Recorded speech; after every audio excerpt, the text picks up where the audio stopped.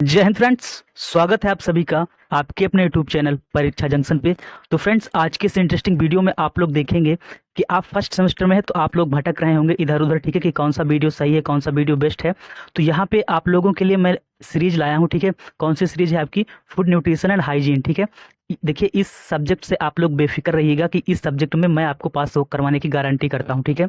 इस सब्जेक्ट में आप लोग बेफिक्र रहिएगा कि food nutrition and hygiene subject का नेम है। आप बीए में हो, बीएससी में हो, बीकॉम में हो, किसी भी आप जो है कोर्स कर रहे हो, ठीक है। ये आपका अनिवार्य प्रश्न पत्र है, यानी कि इसमें जो है यहाँ पे आप लोग जानते होंगे, नहीं जानते हैं तो जान लीजिएगा कि 100 क्वेश्चन आते हैं और 100 क्वेश्चन जो है इसमें निगेटिव मार्किंग नहीं होती है, ठीक है। क्या नहीं होता है इसमें? निगेटिव मार्किंग जो है वो नहीं होता है।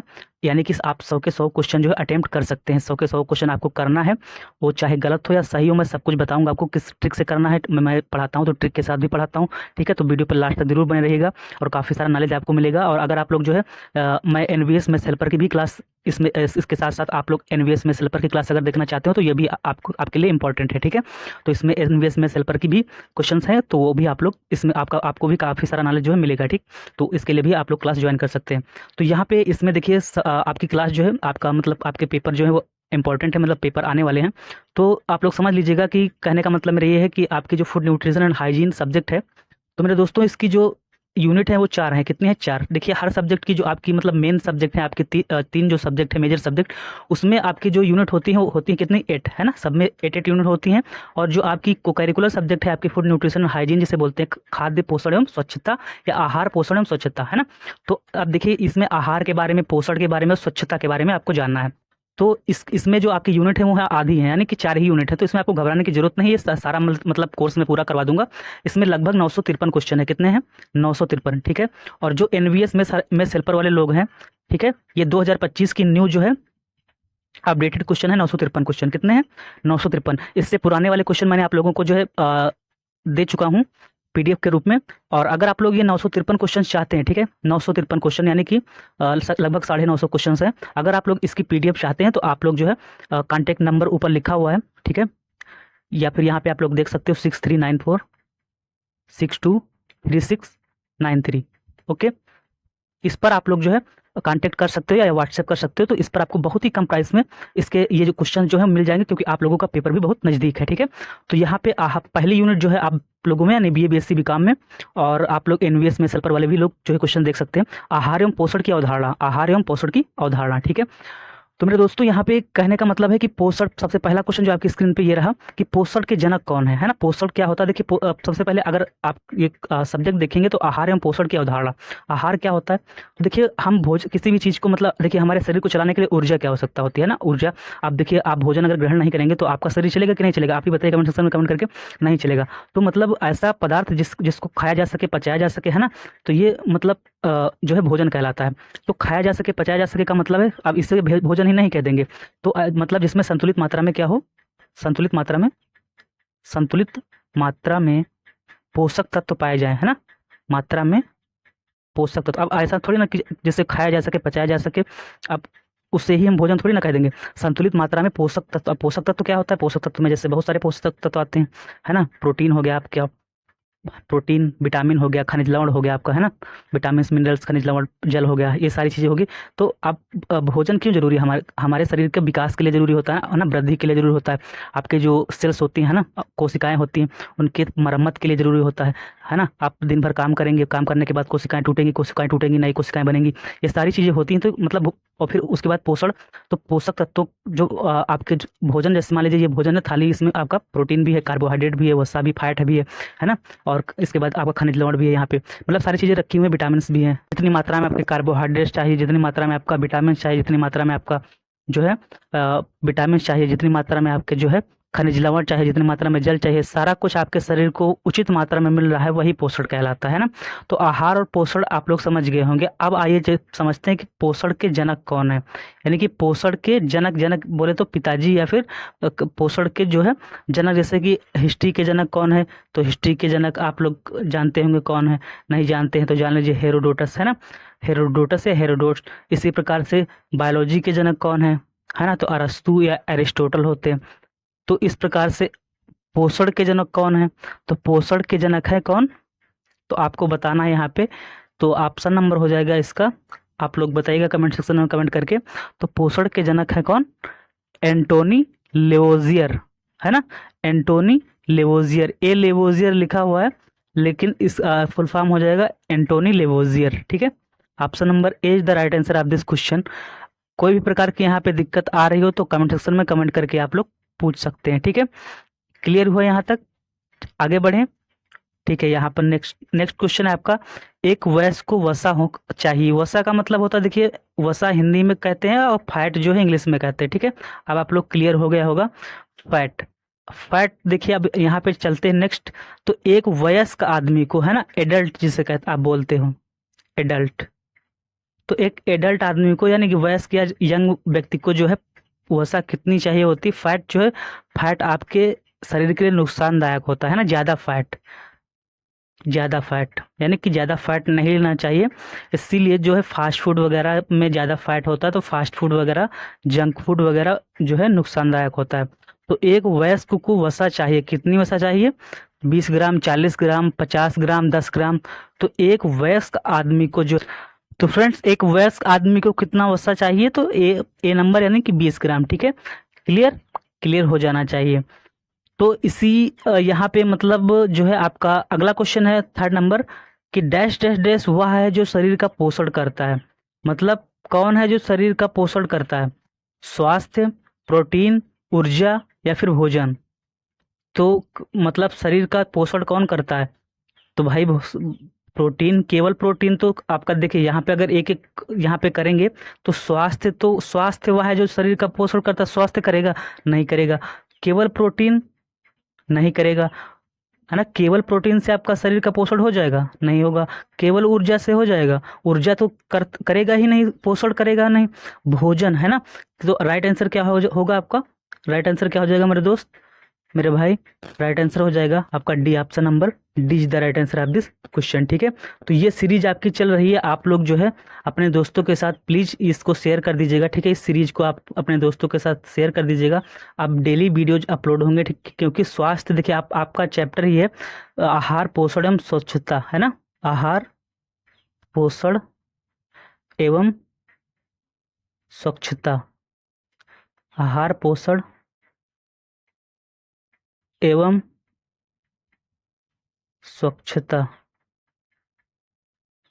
है ना। स्वच्छता का भी ख्याल रखना है, कि ऐसा नहीं कि आहार अच्छा ले लिया आपने, पोषण आपका अच्छा है, हाथ मतलब बढ़िया एकदम गंदे गंदे, फिर उसके बाद आप खा रहे हो, खाना में कोई मतलब का नहीं है, नहीं, बीमारियां ही बीमारियां होंगी। फिर मतलब सारी चीज़ों का ध्यान रखते हुए आपको जो है सारा काम करना है। तो आहार पोषण एवं स्वच्छता जो है, तो अपने फ्रेंड्स के साथ शेयर कर दीजिएगा इसको, जितना शेयर करेंगे। और ये स्वास्थ्य का विषय है, तो स्वास्थ्य इज सबसे इम्पोर्टेंट चीज़ है। हेल्थ इज वेल्थ किसी ने कहा है, जो कि बहुत इंपॉर्टेंट है, ये मुझसे बेहतर कोई नहीं जान सकता, ठीक है। क्योंकि अब क्या बताऊं मैं, जो है आगे चलते हैं। खैर छोड़ो इन बातों को। मिड डे मील कार्यक्रम कब शुरू हुआ? तो फ्रेंड्स आपका मिड डे मील कार्यक्रम, आप जो क्वेश्चन नंबर 4 है वो क्या कह रहा है कि मिड डे मील कार्यक्रम जो है वो कब शुरू हुआ, ठीक है। यानी कि आपका जो मिड डे मील कार्यक्रम है, मध्य दिन आपका जो मील कार्यक्रम है वो कब शुरू हुआ? तो 1995 में शुरू हुआ, या फिर 1997 में, या 1990 में, या फिर 1992 में, है ना, 92 में। तो ये कार्यक्रम जो है शुरू हुआ था आपका 15 अगस्त 1995 में। कब शुरू हुआ?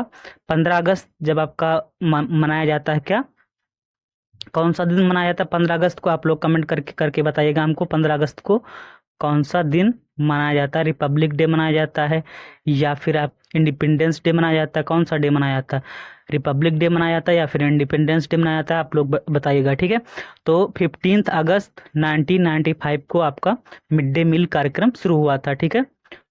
तो फ्रेंड्स आप लोग ये जान जाइएगा कि मिड डे मील कार्यक्रम कब शुरू हुआ था, तो 15 अगस्त 1995 को। Option number is the right answer of this question. बढ़ते हैं अगले क्वेश्चन की तरफ। अगला क्वेश्चन आपके सामने ये रहा। अगला क्वेश्चन बढ़ने से पहले कुछ आप लोगों को थोड़ा एनर्जेटिक कर देते हैं यहाँ पे। तो काम करो ऐसा कि पहचान बन जाए, काम करो ऐसा कि पहचान बन जाए, हर कदम चलो ऐसा कि निशान बन जाए, जिंदगी जियो इस कदर कि एक मिसाल बन जाए। जी हाँ फ्रेंड, ज़िंदगी इस कदर जियो कि मिसाल बन जाए, ठीक है। आने वाले दिनों में आप भी एक ऐसे मुकाम पर हों कि आपके माता पिता भी जो है आप जो इस कदर मतलब चलें जब इधर उधर, आप भी किसी जॉब पर हों और आप मतलब जब वो चलें तो उनको भी लगे कि मेरा बेटा जो है किसी न किसी पद पर है, और वो जब चलें तो हाँ लगे कि उनको गर्व महसूस हो, ठीक है, निंदा न महसूस ना हो। तो चलिए चलते हैं अगले क्वेश्चन की तरफ। यहाँ पे नेक्स्ट क्वेश्चन है, नेक्स्ट क्वेश्चन क्या कह रहा है। तो फ्रेंड नेक्स्ट क्वेश्चन है कि आपका जो आहार आयोजन में क्या महत्वपूर्ण नहीं है। देखिए आहार आयोजन का मतलब योजना में, ठीक है, क्या महत्वपूर्ण नहीं है, नहीं पर ध्यान देना है हमको।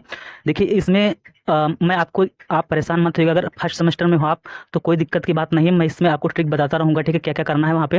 देखिए अगर किसी भी जो है क्वेश्चन में उपयुक्त सभी आ रहा है, क्या आ रहा है, किसी भी क्वेश्चन में उपयुक्त सभी आ रहा है, मैं जो है इससे पहले सेमेस्टर में, इससे पहले जितने भी बच्चे आए हैं पढ़े हैं, सबको बताया हूँ कि उपयुक्त सभी जहाँ पर भी आएगा 99 से 98 से 99% तक चांस है कि वही ऑप्शन सही होगा। अगर आपको उस क्वेश्चन का आंसर नहीं पता है, ठीक है, मान लीजिए वहाँ पर उस क्वेश्चन को आपको आपने पढ़ा और उसको समझ में नहीं आ रहा है कि क्वेश्चन कह क्या रहा है। अगर समझ में आ रहा है तब तो आपको उसको उसके आंसर को छांटना है। अगर समझ में ही नहीं आ रहा है कि वो क्या कह रहा है, तब आपको क्या करना है, उसी ऑप्शन को आंख मूंद करके लगा के चले आना है। ठीक, ये हुआ नंबर 1 ट्रिक। बाकी चलिए बताता हूँ, मतलब क्वेश्चन आगे बढ़ते रहिएगा तो मैं बताता रहूँगा क्या करना है क्या नहीं करना है। तो यहाँ पे आहार आयोजन में क्या महत्वपूर्ण नहीं है, तो आहार आयोजन में देखिए क्या महत्वपूर्ण नहीं है, साप्ताहिक चार्ट ये महत्वपूर्ण है, चार्ट बनाना है ना आहार आयोजन में कि मतलब आज क्या खाना है, कल क्या खाना है, मतलब सारी चीज़ें, और फिर परसों क्या खाना है, मतलब प्रोटीन भी चाहिए हमको, कार्बोहाइड्रेट भी चाहिए, सारी चीज़ें तो मतलब डेली सारी चीज़ें लेनी नहीं है ना, किस दिन क्या खाना है। रोगी की रुचि, रोगी की मतलब हाँ रुचि भी जरूरी है कि रोगी किस प्रकार का खाना पसंद करता है। संतुलित आहार भी तो बहुत ही जरूरी चीज़ है। लेकिन क्या महत्वपूर्ण नहीं है, तो उस आहार की योजना बनाते समय हमको ग्रह संरचना, घर की संरचना किस प्रकार की हो, इससे हमसे क्या मतलब है कि नहीं। तो ये चीज़ मतलब ऑप्शन नंबर सी जो है ये हो जाएगा right answer of this question. ये इंपॉर्टेंट नहीं है, तो option number see the right answer of this question, ठीक है। उम्मीद करता हूँ आप लोगों को मैं इतना अच्छा से समझा रहा हूँ, मतलब मैं अपना पूरा 100% दे रहा हूँ। अगर आप लोगों को अभी नहीं समझ में आ रहा हो तो कमेंट सेक्शन में कमेंट करके बता दीजिएगा कि नहीं समझ में आ रहा है, तो अगला वीडियो जो होगा वो और अच्छे से समझाने की कोशिश मैं करूँगा, ठीक है। नेक्स्ट है कि आहार योजना को कौन सा कारक प्रभावित करता है, यानी कि आहार योजना जो होती है, आहार की योजना बनाते समय उसको कौन सा जो कारक है वो प्रभावित करता है। देखिए आहार योजना में आयु जो होता है, ठीक है, आयु जो होता है मेरे दोस्त वो क्या होता है, प्रभावित करता है। किस प्रकार से, देखिए आहार योजना में मतलब आप जैसे 5 वर्ष के हो तो आपके लिए कुछ और भोजन होगा, मतलब आप देखते होंगे घर में कि 5 वर्ष का बालक के लिए कुछ दूसरा भोजन होता है ना, मतलब भोजन में कुछ कार्बोहाइड्रेट वगैरह कुछ कम होता है, या फिर कुछ अगर 10 वर्ष का बालक है तो उसके लिए भोजन अलग होगा, मतलब कुछ ज़्यादा भोजन होगा।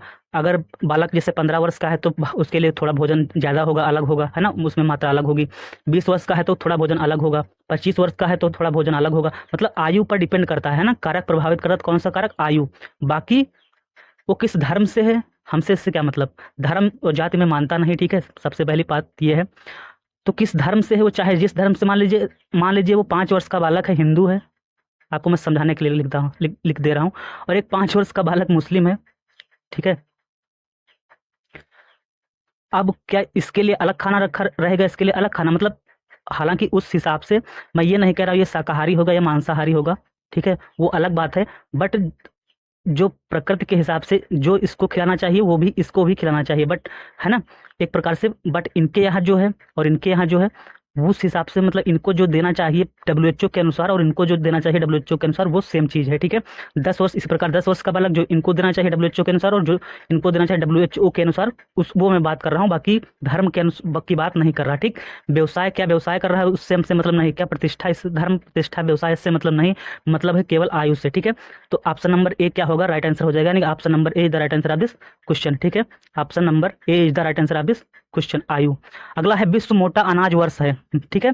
विश्व मोटा अनाज वर्ष कौन सा वर्ष है, तो देखिए क्या हुआ था कि यूएनए ने, है ना, यूएनजीए ने क्या किया था कि सन 2023 को, कब मेरे दोस्त, सन 2023 को विश्व मोटा अनाज दिवस, है ना, विश्व मोटा, यहाँ पे मैं लिख दूं आप लोगों को तो अच्छे से समझ में आएगा, विश्व मोटा, विश्व मोटा अनाज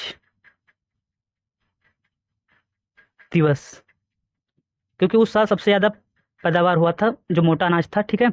तो कितना लगभग पैदा हुआ था ये भी आप लोग जान लीजिएगा, क्योंकि आप लोग चैनल पे आए हो तो कुछ अच्छे से सीख के जाइएगा, है ना। 17.32 मिलियन, यानी कि 17.32 मिलियन टन, ठीक है। ये आपका विश्व मोटा अनाज, और यूएनए ने बताया था कि 17.32 मिलियन टन, यूएनए ने क्या बताया कि 17.32 मिलियन टन अनाज पैदा हुआ विश्व में, मोटा अनाज, ठीक है। तो इसलिए यूएनए ने इसे विश्व मोटा अनाज दिवस वर्ष जो है घोषित कर दिया। किस वर्ष को? 2023 को। किस वर्ष को? 2023 को। इसी पिछले वर्ष को, ये 2024 चल रहा है ना, 2023 को क्या घोषित कर दिया? विश्व मोटा अनाज वर्ष, ठीक है। Option number D is the right answer of this question. अगले क्वेश्चन की तरफ बढ़ते हैं मेरे दोस्त। किस प्रकार के नमक को प्रयोग के लिए संस्तुत किया जाता है ना, मतलब उपयोग किया जाता है। तो किस प्रकार के नमक का प्रयोग करने के लिए कहा जाता है? तो काला नमक, सेंधा नमक, उपयुक्त सभी, आयोडाइज्ड नमक। तो आप लोग सुने होंगे कि आयोडाइज्ड नमक जो होता है वो अच्छा होता है ना, आयोडाइड। टीवी में भी प्रचार आता होगा कि आयोडाइड नमक है ना, मतलब जो आयोडीन युक्त नमक खाना चाहिए। तो यही option number C is the right answer. मतलब इसमें देखो ऐसे क्वेश्चन है जो आपका मतलब हल्का सा ब्रेन लगाएंगे, हल्का सा दिमाग का इस्तेमाल करेंगे, आपका जो खोपड़िया है उसको थोड़ा सा घुमाइए, बस आपका आंसर जो है वो थोड़ा सा घुमाने पर आ जाएगा, ठीक है। निम्न में से किस प्रकार के भोजन को ग्रहण करने से बचना चाहिए? जंक फूड, प्रसंस्कृत फूड, फास्ट फूड, उपयुक्त सभी। तो इसका जो राइट आंसर होगा 9 नंबर का, वो हो जाएगा आपका क्या?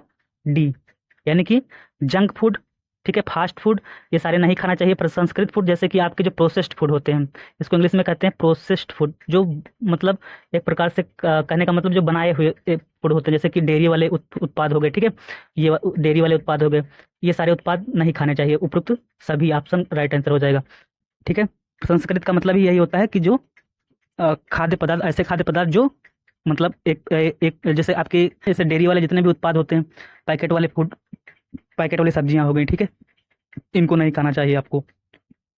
जो प्रोसेस किए हुए जितने भी फल हो गए, सब्जियां हो गई, डेयरी उत्पाद हो गए, ठीक है, ये प्रसंस्कृत फूड में आते हैं। जंक फूड आप लोग जानते होंगे, जंक फूड, फास्ट फूड क्या होते हैं, है ना।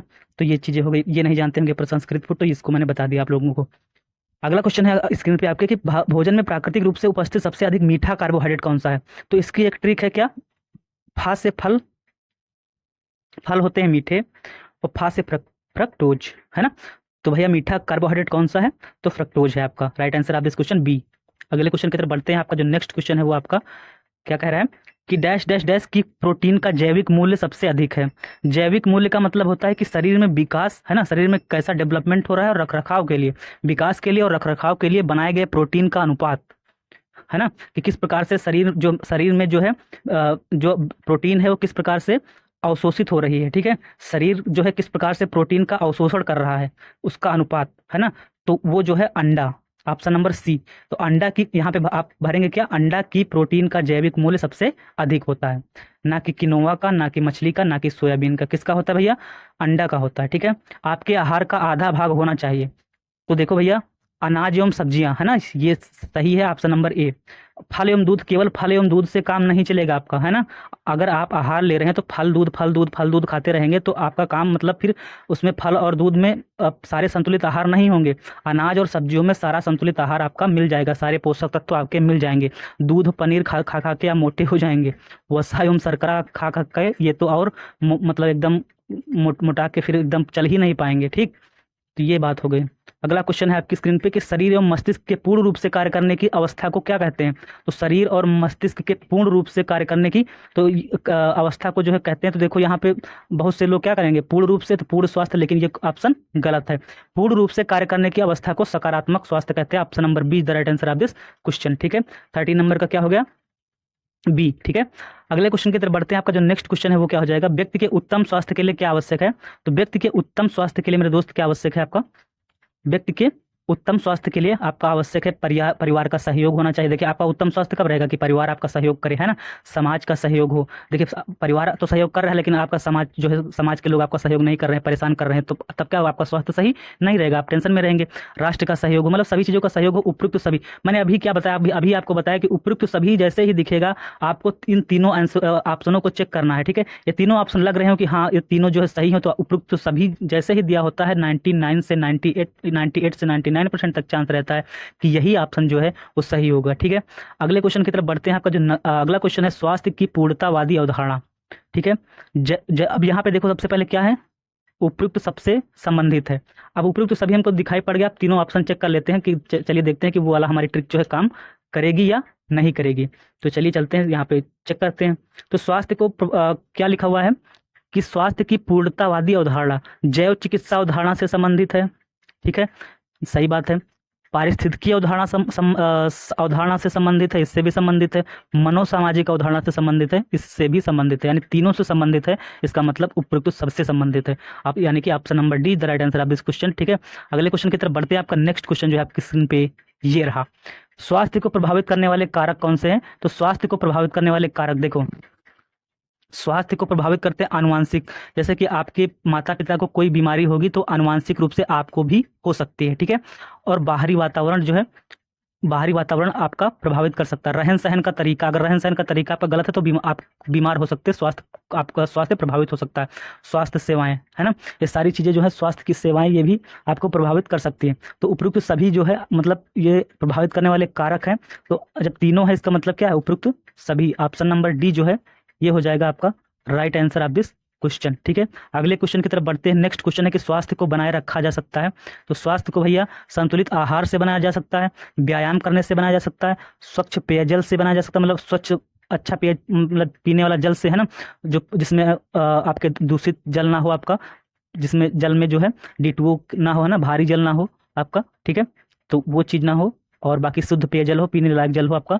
यानी कि तीनों चीज़ें हैं, इसका मतलब उपयुक्त सभी। मैंने बताया ना कि 99% चांस रहते हैं कि, और बाकी हाँ एक चीज़ और है कि एक या दो क्वेश्चन ऐसे रहेंगे जिसमें उपयुक्त सभी आपका सही नहीं होगा। ठीक है, तो उन पर आपको अच्छे से वहाँ पे लगाना है। हालांकि जैसे 10 उपयुक्त सभी आए तो उसमें आपके 8 उपयुक्त सभी जो है वो सही होंगे, 2 जो ऐसे होंगे, एक आध ऐसे रख देते हैं कि आपका उपयुक्त सभी सही नहीं होता है। ठीक है, तो आपको अच्छे से आंसर वहाँ पे करना है। ठीक, बाकी अगर आपको नहीं आता है तो आप फिर आंख मूंद करके लगाएंगे ही, बाकी वो मैं बताता रहूँगा कैसे आपको क्या करना है। ठीक है, तो ये आप सही हो गया आपका 17 का डी। अगला क्वेश्चन है यहाँ पे, बाकी आप लोग फटाफट लाइक और शेयर करते रहिएगा। ठीक है, सोयाबीन में कार्बोज कितनी मात्रा में पाया जाता है, क्योंकि लाइक और शेयर करने से लाइक से कोई पैसा तो नहीं मिलता, मगर लाइक से एक एनर्जी जरूर मिलती है। जैसे आप यहाँ पे पढ़ रहे हो ऊर्जा है ना, खाद्य ऊर्जा, मतलब खाद्य ऊर्जा नहीं, यहाँ पे पढ़ रहे हो ऊर्जा के बारे में। तो आपको पढ़ने से ऊर्जा मिलती है और हमको पढ़ाने से ऊर्जा तब मिलेगी जब आप लोग लाइक करते हैं, है ना। लाइक करते हैं तो एक प्रकार से मिलता है कि हाँ वीडियो आप लोगों को पसंद आ रहा है। ठीक है, सोयाबीन में कार्बोज कितनी मात्रा में पाया जाता है। तो सोयाबीन में कार्बोज की बात हो रही है ना, कार्बोहाइड्रेट की बात हो रही है, तो सोयाबीन में कार्बोहाइड्रेट 20% या कहीं कहीं पर अगर 21 आ जाए, 20 के आसपास, मतलब 21-22, ठीक है, तो वो भी सही माना जाएगा। ओके, तो ये हो गया आपका।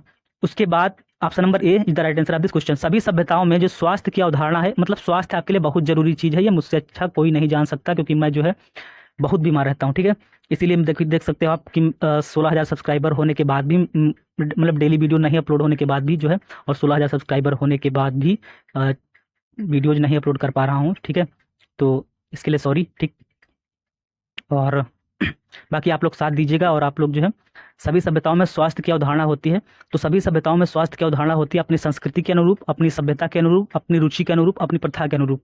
तो सभी सभ्यताओं में स्वास्थ्य की अवधारणा, तो सभ्यता में जो है स्वास्थ्य की अवधारणा होती है। तो ये मतलब देखिए 19 नंबर का जो आंसर हो जाएगा इसका, तो अपनी सभ्यता के अनुरूप होगा ना, सभी सभ्यताओं में, तो सभ्यता के अनुरूप है ना, सभ्यताओं में किसके अनुरूप होगा, सभ्यताओं के अनुरूप होगा। Option number B. इसके बाद चलते अगले क्वेश्चन की तरफ, जिसके पास स्वास्थ्य है। देखो भाई ये लाइन एकदम सही लगती है हमको, जिसके पास स्वास्थ्य है उसके पास आशा है, और आशावादी व्यक्ति, ये होगा आशावादी, आशावादी व्यक्ति के पास सब कुछ होता है ना। अगर आपके पास स्वास्थ्य है, ठीक है, तो यानी आप सब कुछ कर सकते हैं। अगर आपके पास स्वास्थ्य नहीं है, ठीक है, फिर आप चाहे जो है, आपके पास चाहे जो कुछ भी हो, आपके पास करोड़ रुपए रखे हों, आपके आगे यहाँ पे सब बेकार है। ठीक है, चाहे आप देख लेना, जो लोग भी यहाँ पे सेशन देख रहे हो, अगर कोई लोग यहाँ पे मतलब सेशन देख रहा हो और बीमार हो, आप उस लोग वो फील कर सकता है कि मैं क्या कह रहा हूँ। ठीक है, कि आपके पास चाहे मतलब स्वास्थ्य अगर नहीं सही है, फिर आपके पास कुछ भी हो, कुछ भी मतलब कुछ भी हो, फिर आपके पास कितना भी रुपया हो, पैसा हो, कुछ भी हो, फिर आपके आगे सब कुछ बेकार है। और जिसके पास स्वास्थ्य है और उसके पास आशा है, और आशावादी व्यक्ति के पास जो है सब कुछ होता है। ठीक है, तो आप इसलिए अपना स्वास्थ्य जो है हमेशा बनाए रखें। सुबह क्या करें, सुबह आप लोग जो है 5 बजे उठ जाएं, ठीक, 5 बजे उठ के कम से कम, अगर आपके पास ना हो तो 1 घंटा अपने स्वास्थ्य के लिए निकालें। 1 घंटा ना निकालें तो कम से कम 10 मिनट जरूर आप लोग योगा या प्राणायाम कीजिएगा। ठीक है, मतलब 10 मिनट बता रहा हूँ, क्यों, अगर आपके पास नहीं है समय तो, क्योंकि अगर अपने लिए समय नहीं तो किसके लिए समय निकालोगे। ठीक है, तो फ्रेंड बाकी किसके लिए समय जो है आप लोग निकालते हो तो मैं समझता हूँ, और अपने लिए भी, अपने स्वास्थ्य के लिए भी समय निकाला कीजिए। ठीक है, 10 मिनट से स्टार्ट कीजिएगा, 1 घंटे पे पहुंच जाइएगा, और स्वास्थ्य बहुत ही जरूरी चीज़ है। ठीक, 20 नंबर तक क्वेश्चन हो गए। इसके बाद जो है अगला क्वेश्चन है फ्रेंड्स आपका 21 नंबर का, कि स्वास्थ्य व्यक्ति की वह स्थिति है ना, स्वास्थ्य कौन सी स्थिति है जिसमें शरीर, आपकी बॉडी जो होती है वो, और मन सामान्यतः सक्रिय होकर सभी कार्य करते, दोनों कार्य करते हैं। या परिभाषा किसकी है, टेबर की है, स्पेंसर की है, हाल की है, या फिर डब्ल्यूएचओ की है। तो डब्ल्यूएचओ की परिभाषा ये नहीं, डब्ल्यूएचओ की परिभाषा दूसरी है, मैं बताऊंगा अभी आएगी। ठीक है, तो ये परिभाषा है एक्चुअली किसकी है, तो ये परिभाषा है टेबर जी की। किसकी, टेबर।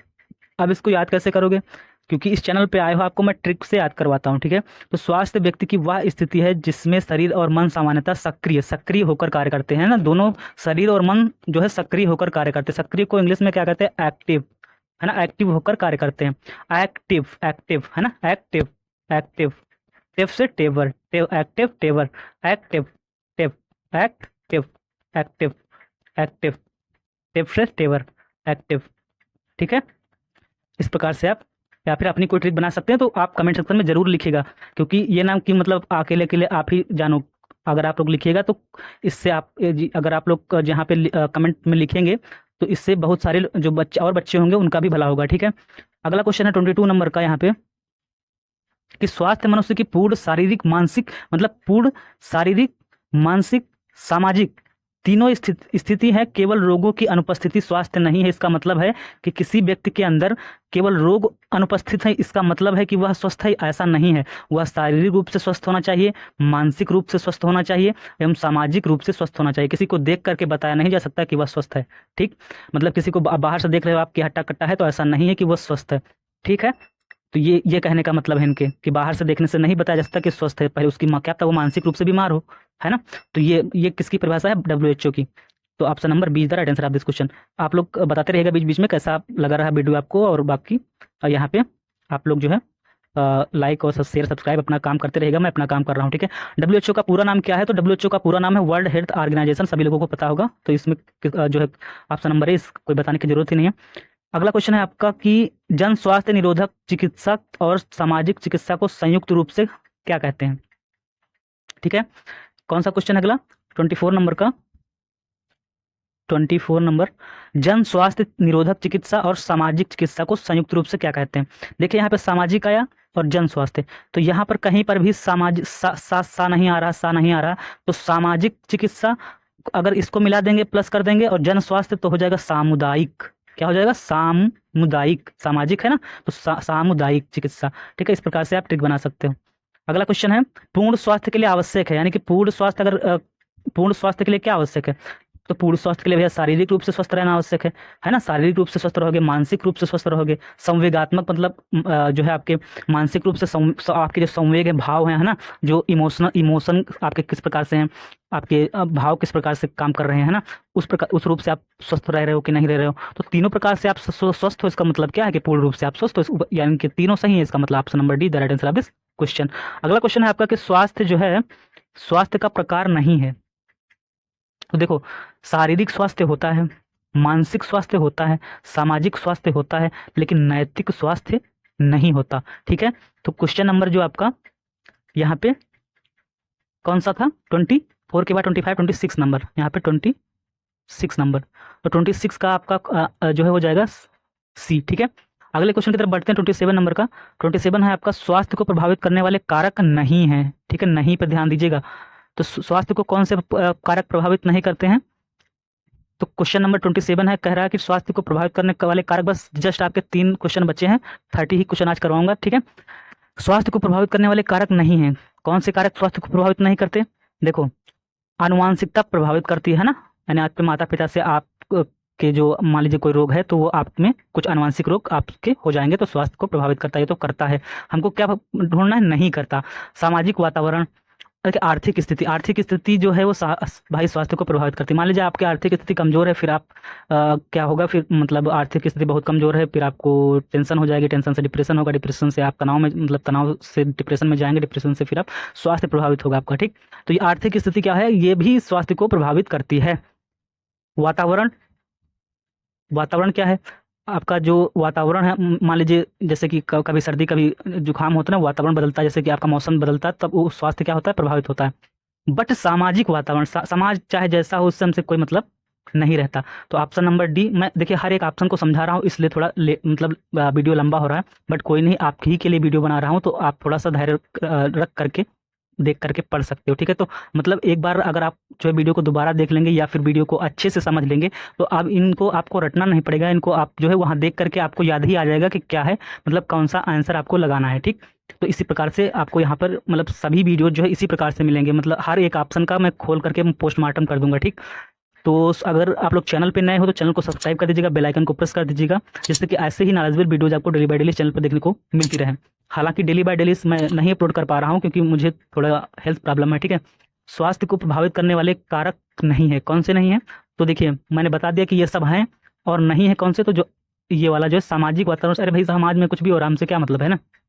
बाकी आर्थिक स्थिति अगर खराब होगी तो स्वास्थ्य हमारा खराब होगा, वातावरण बदलेगा तब स्वास्थ्य खराब होगा, आनुवांशिकता से भी स्वास्थ्य खराब होगा। अगला क्वेश्चन है फ्रेंड्स आपका 28 नंबर का, सबके लिए स्वास्थ्य का लक्ष्य किसके घोषणा पत्र में रखा गया। ये आपका है 28 नंबर का, कौन कितना नंबर का, 28 नंबर का। तो ये ना तो लंदन कॉन्फ्रेंस में रखा गया, ना पेरिस सम्मेलन में रखा गया, ठीक है, ना लंदन में, ना पेरिस सम्मेलन में, ना न्यूयॉर्क सम्मेलन में, कहाँ रखा गया, अल्मा आता सम्मेलन में। ठीक है, यहाँ पे पहली चीज, एक चीज गलत लिखा हुआ है, होगा अल्मा अता, आटा वो खाने वाला आटा नहीं, ठीक है, अता अता सम्मेलन। और अल्मा अता सम्मेलन कब हुआ था, तो इसको भी आप लोग जैसे जो, अगर आप लोग इसके लिए एनवीएस में सेल्पर के लिए देख रहे हैं तो आप लोग थोड़ा सा और डीप नॉलेज ले लीजिएगा कि 1978 में ये हुआ था। ठीक, कब हुआ था, अल्मा अता सम्मेलन 1978 में हुआ था, कहाँ हुआ था, कजाकिस्तान में हुआ था। और ये अल्मा अता सम्मेलन जो है WHO ना, वर्ल्ड हेल्थ ऑर्गेनाइजेशन और यूनिसेफ ने मिलकर जो है किया था। ओके, और यूनिसेफ का फुल फॉर्म की बात की जाए, किसकी, यूनिसेफ की फुल फॉर्म किसको किसको पता है, अगर जिसको पता हो वो कमेंट सेक्शन में कमेंट करके बता सकता है। ठीक है, मुझसे पहले। तो ये हो गया। और यूनिसेफ की स्थापना कब हुई थी, तो वो हुई थी 1946 में, यानी कि अपने भारत देश आज़ाद होने के 1 साल पहले। ठीक है, तो ये हो गया, यानी कि कोई भी चीज़ आए तो उसके बारे में डीप अगर नॉलेज लेना हो तो अगर आप मतलब इतना याद करना हो, जितना इसमें आपको रखना हो आपके माइंड में उतना रखो, जितना नहीं रखना हो आपको, जितना पचाना हो पचा लो, जितना नहीं पचाना हो उतना हटा दो। ठीक है, बाकी एनवीएस में सेल्पर वालों आपको सब कुछ रखना है। ठीक है, सबके लिए स्वास्थ्य का लक्ष्य किसके घोषणा पत्र में रखा गया, तो इसका हो जाएगा अल्मा अता, है ना, ऑप्शन नंबर बी। अगला क्वेश्चन है आपका 29 नंबर का,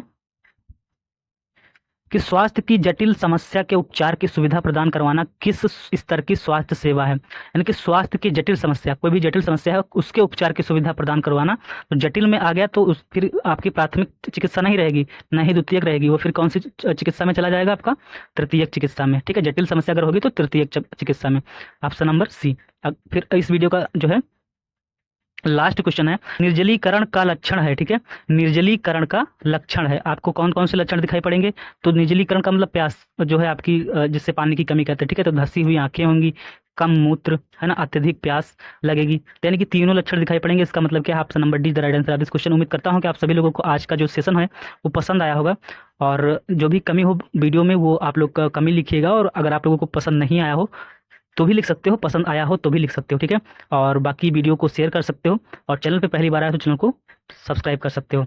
और बाकी जो भी आपको क्वेरी हो, आप क्वेश्चन हो, कमेंट सेक्शन नीचे आपके लिए हमेशा के लिए खुला हुआ है, कमेंट सेक्शन में कमेंट कर सकते हो। ठीक है, तो आज की वीडियो में इतना ही, मिलते हैं नेक्स्ट वीडियो में, तब तक के लिए जय हिंद, जय भारत।